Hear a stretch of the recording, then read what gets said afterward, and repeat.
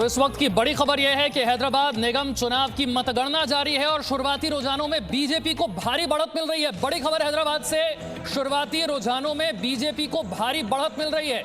इस वक्त जो स्थिति है उसके मुताबिक 51 सीटों पर 51 सीटों पर बीजेपी आगे चल रही है। तेलंगाना राष्ट्र समिति यानी कि टीआरएस इस वक्त 27 सीटों पर आगे है और एमआईएम यानी कि असदुद्दीन ओवैसी की पार्टी अभी सिर्फ 12 सीटों पर आगे चल रही है। 150 सीटों में से इस वक्त 51 सीटों पर बीजेपी आगे है, यानी कि इस वक्त सबसे आगे बीजेपी चल रही है। दूसरे नंबर पर चल रही है के चंद्रशेखर राव की पार्टी तेलंगाना राष्ट्र समिति टीआरएस 27 सीटों पर आगे है और ओवैसी की पार्टी एआईएमआईएम सिर्फ 12 सीटों पर आगे चल रही है इस वक्त। तो यह बड़ी खबर। ग्रेटर हैदराबाद म्युनिसिपल कॉरपोरेशन में वोटों की गिनती जारी है और अब आप इस टैली को देख पा रहे हैं स्क्रीन पर। टीआरएस 27 सीटों पर आगे, बीजेपी 51 सीटों पर आगे, एमआईएम 12 सीटों पर आगे और कांग्रेस सिर्फ 2 सीटों पर आगे।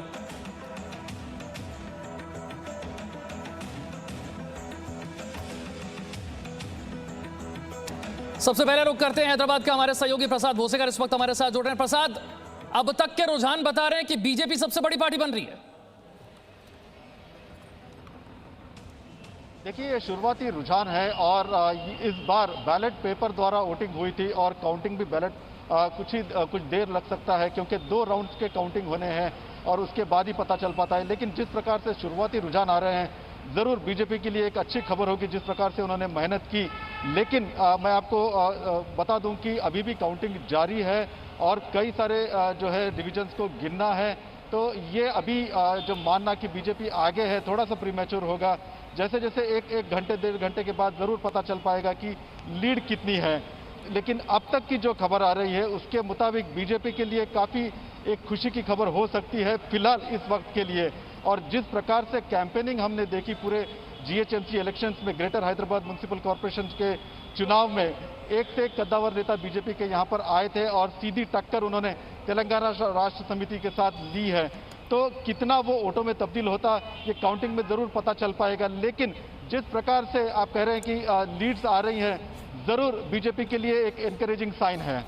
ठीक है, मीर मेहंदी भी हमारे साथ है। मीर मेहंदी, पिछली बार की 4 सीटों से अभी रुझानों में ही 51 सीटों पर आगे हो जाना, ये बीजेपी के लिए कितनी बड़ी उपलब्धि मानी जाएगी? और खासतौर से जो एमआईएम का इलाका है जहां पर ओवैसी जीतते हैं, वहां की स्थिति के बारे में ये तस्वीर क्या बयां कर रही है? जब यहाँ 50 वर्ष का लाइन पे है अभी, मतलब उस पर लाइव।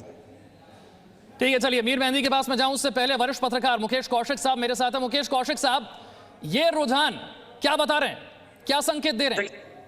मुझे लगता है कि जब भारतीय जनता पार्टी ने अपने शीर्ष नेताओं को, खुद अमित शाह ने अपने आप को चुनाव प्रचार में, एक म्युनिसिपल कॉरपोरेशन के चुनाव में जब जेपी नड्डा उतरते हों, अमित शाह उतरते हों, केंद्रीय मंत्री उतरते हों, तो उस चुनाव का अंदाजा आपको लगाना चाहिए कि कितना प्रतिष्ठा का सवाल भारतीय जनता पार्टी ने अपने लिए इसमें बनाया था। और ये जो रुझान जो शुरुआती हैं, आपके जो रिपोर्टर बता रहे थे कि धीरे धीरे पता चलेगा, लेकिन जो शुरुआती रुझान आए हैं उससे संकेत मिल रहा है कि जो मेहनत, जो बीजेपी के शीर्ष नेताओं ने मेहनत की थी, वो कहीं ना कहीं रंग ला रही है हैदराबाद में। मुकेश कौशिक साहब, एक सवाल यह है कि सभी लोग ये सवाल पूछ रहे थे कि हैदराबाद नगर निगम इतना इंपॉर्टेंट क्यों, इतना अहम क्यों है, इसके नतीजे क्या बदल देंगे? मैं इसी सवाल पर आना चाहता था। दरअसल भारतीय जनता पार्टी के लिए ये वाला चुनाव चुनावी लड़ाई नहीं है, ये आइडियोलॉजिकल बैटल है। भारतीय जनता पार्टी हैदराबाद को निजाम के सत्ता के रूप में देखती है। वहां पर जिन्ना को इन्वोक किया गया, वहां पर ओसामा बिन लादेन को इन्वोक किया गया, वहां पर ओवैसी को, जो ओवैसी की तुलना ओसामा बिन लादेन तक से की गई।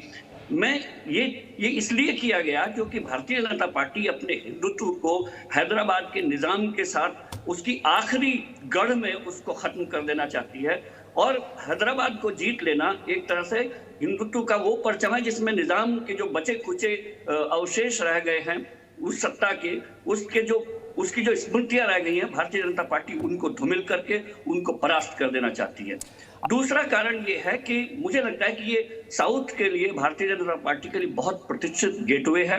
और खुद देखिए, आप 150 वार्ड का ये चुनाव है, लेकिन साथ में आप ये भी देखिए कि इसके साथ लगभग 24 या 25 असेंबली कॉन्स्टिट्यूएंसीज का भविष्य भी जुड़ा हुआ है।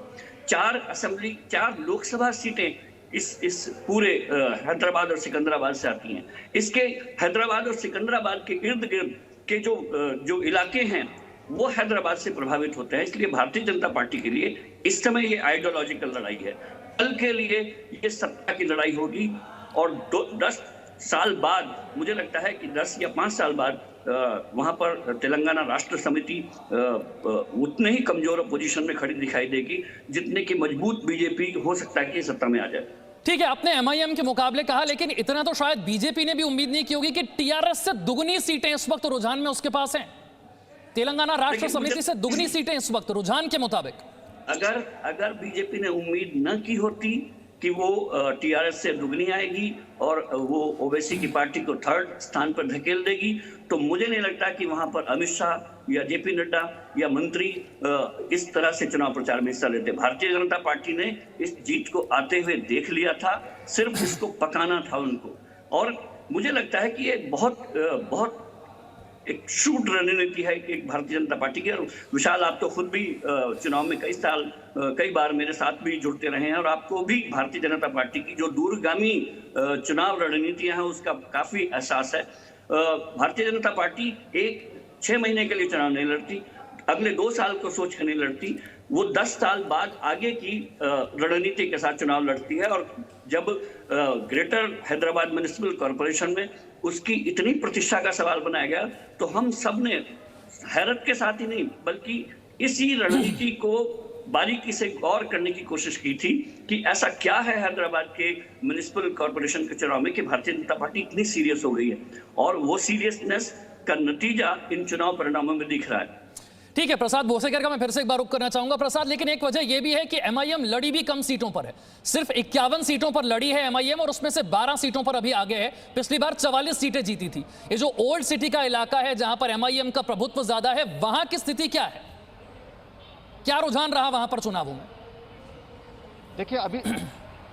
देखिए अभी भी वहां पर जो पोस्टल बैलेट है उसका काउंटिंग चल रहा है और कुछ ही देर में जैसे कि टेबल ले किया जाता है तो बैलेट पेपर्स का भी काउंटिंग शुरू हो जाएगा। लेकिन शुरुआती रुझानों में वहां पर भी जो है फिलहाल जो जानकारी मिल रही है एआईएमआईएम के 10 से 12 सीटों से आगे हैं, लेकिन कुछ देर तक हमको वेट करना पड़ेगा। और जैसे पहले हमारे गेस्ट बता रहे थे, ठीक है प्रसाद, इस वक्त की बड़ी खबर एक बार फिर से मैं अपने दर्शकों को बता दूं। हैदराबाद नगर निगम के 30 केंद्रों पर इस वक्त वोटों की गिनती जारी है। 1 दिसंबर को यहां पर वोटिंग हुई थी, इस वक्त वोटों की गिनती चल रही है और शुरुआती रुझानों में बीजेपी ने बढ़त बनाई हुई है।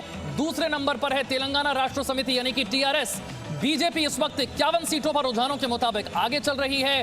टीआरएस इस वक्त 27 सीटों पर आगे है। बहुत बड़ा गैप है टीआरएस और बीजेपी के बीच में। टीआरएस, एआईएमआईएम और बीजेपी के बीच में यहां पर कड़ी टक्कर है और सभी 150 सीटों के लिए यहां पर मतगणना हो रही है। 51 सीटों पर बीजेपी आगे इस वक्त रुझानों के मुताबिक। बीजेपी सबसे बड़ी पार्टी, नंबर 2 पर टीआरएस है जिसके पास अभी रुझानों के मुताबिक 27 सीटें जाती हुई नजर आ रही है। कुल मिलाकर 150 सीटें हैं हैदराबाद नगर निगम में। देखिए 150 सीटों पर टीआरएस ने चुनाव लड़ा, 149 सीटों पर बीजेपी ने चुनाव लड़ा और केवल 51 सीटों पर एमआईएम ने। पिछली बार क्या हुआ था उसके नतीजे आप देखिए। 2016 चुनाव के नतीजे ये थे कि टीआरएस के खाते में आई थी 99 सीटें, एमआईएम असदुद्दीन ओवैसी की पार्टी के खाते में आई थी 44 सीटें और बीजेपी के हाथ आई थी सिर्फ 4 सीटें और इस वक्त 51 सीटों पर बीजेपी आगे है। बीजेपी ने इस चुनाव को अहमियत दी।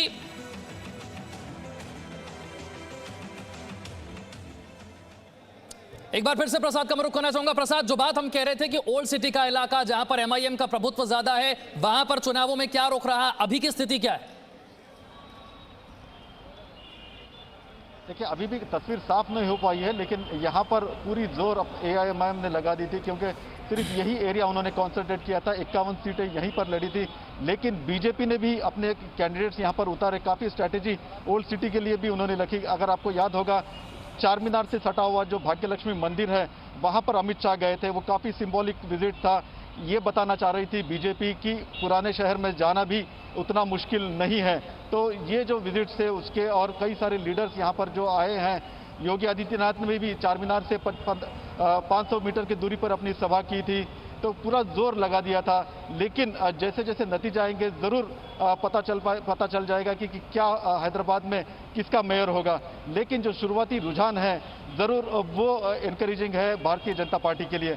और तेलंगाना राष्ट्र समिति की बात करें तो उनके लिए एक जबरदस्त झटका हो सकता है अगर इस चुनाव में 99 सीट्स वो पिछले चुनाव में थे, अगर इस चुनाव में बीजेपी उनको मात देती है तो पॉलिटिकली बहुत बड़ा झटका रहेगा।